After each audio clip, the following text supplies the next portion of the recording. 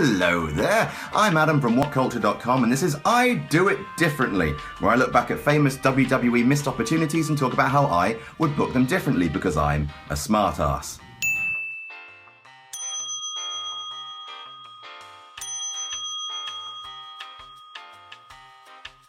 So, let's look at the summer of Punk. What happened after CM Punk dropped that infamous pipe bomb, beat John Cena for the championship in a 5-star match at Money in the Bank, then left the WWE, never to come back. What happened? He came back 8 whole days later.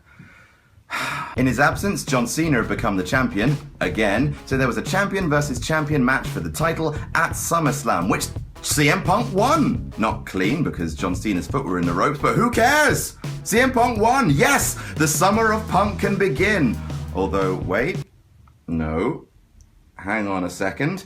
Kevin Nash arrives, and instead of tearing both quads, he picks CM Punk up and powerbombs him and leaves, presumably to tear both quads in the comfort of his own home, as is his right. Then Del Rio cashes in on CM Punk and walks away from SummerSlam as the champion. Oh, but I thought it was the summer. At the next pay-per-view, Del Rio then drops the title to John Cena. Wait, what was CM Punk doing? Oh, that's right. At Night of Champions, he was facing Triple H and losing. Because Triple H thinks it's as prestigious to be in the ring as him as it is to hold a WWE Championship. It's not. So what happens at the next pay-per-view? Surely CM Punk gets it back. No, Del Rio gets it back after pinning Punk in a triple threat. But at the next pay-per-view, at Vengeance, CM Punk teams with Triple H to face R-Truth and The Miz, and he's the one who gets pinned.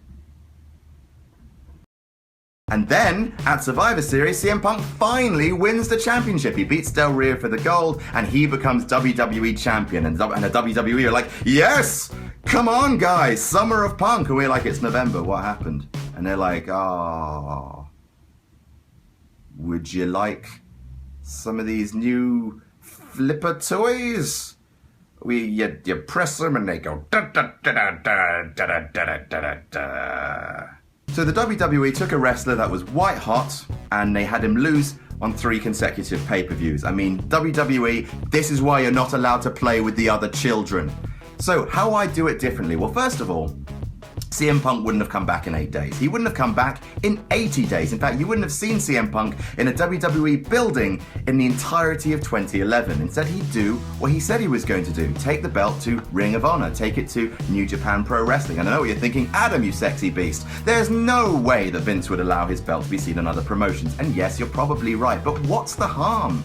Honestly, yes, you make people aware of these promotions, but the die-hard fans are already, and yes, some people might start watching them, but all the while they'll be thinking, wait, if the WWE Champion's here, what the hell's happening on Raw and SmackDown? All the viewership funnels back to Raw and SmackDown. So what's happening back in the WWE? Well, according to legal issues involving CM Punk, they can't crown a new WWE Champion. So what they do? They hold a huge tournament culminating in SummerSlam to crown a new World Heavyweight Champion.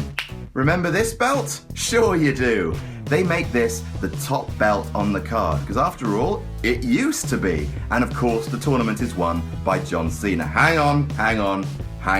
This is just to legitimize it as a top belt in the company. So John Cena's World Heavyweight Champion, and he defends the belt all the way down till TLC. Then after a grueling TLC match, he's left broken and battered in the ring. Then you hear Daniel Bryan's music. He comes out, cashes in on John Cena, pins him, and wins the belt. He's celebrating, he's jumping around for joy. Then, crack!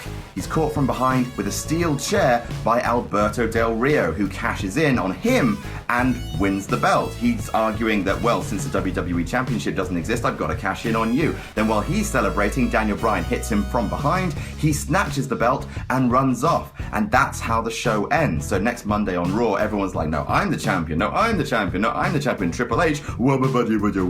Triple H loses it and says, right, you know what? No one's a champion. Or some good Triple H impression. No one's the champion, and you know what? The title's vacant, and if you want it, you're gonna have to win the Royal Rumble. So everyone's like, oh my god, 1992 Royal Rumble all over again. Awesome. And, you know, the guys are like, no, I had the briefcase. No, I had the briefcase. No, I had the briefcase. So Triple H says, you know what? Okay, you guys had the briefcases, which means that you're guaranteed entry to the Rumble, but you're guaranteed 1 and 2. Good luck. Both guys go the distance.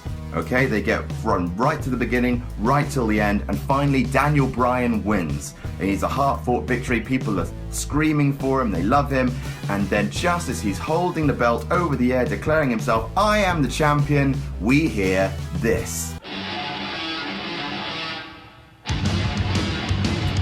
And out comes CM Punk holding the belt. Everyone loses their minds. And the match is set at WrestleMania title unification match. CM Punk versus Daniel Bryan. You may say I'm a dreamer, but I'm not the only one. I mean, who really loses? You create superstars out of Daniel Bryan, CM Punk, even Alberto Del Rio gets another amazing Royal Rumble moment to add to his collection. Who loses? Except maybe John Cena and The Rock, who get pushed a little further down the card. But honestly, how can either of those guys actually lose? Look at the size of their houses. Do you disagree? Tell us about it in the comments. Also, let me know if there is an angle that you'd like me to book differently. I take requests, I might even do it for you. Till then, I'm Adam from WhatCulture, and I will see you soon.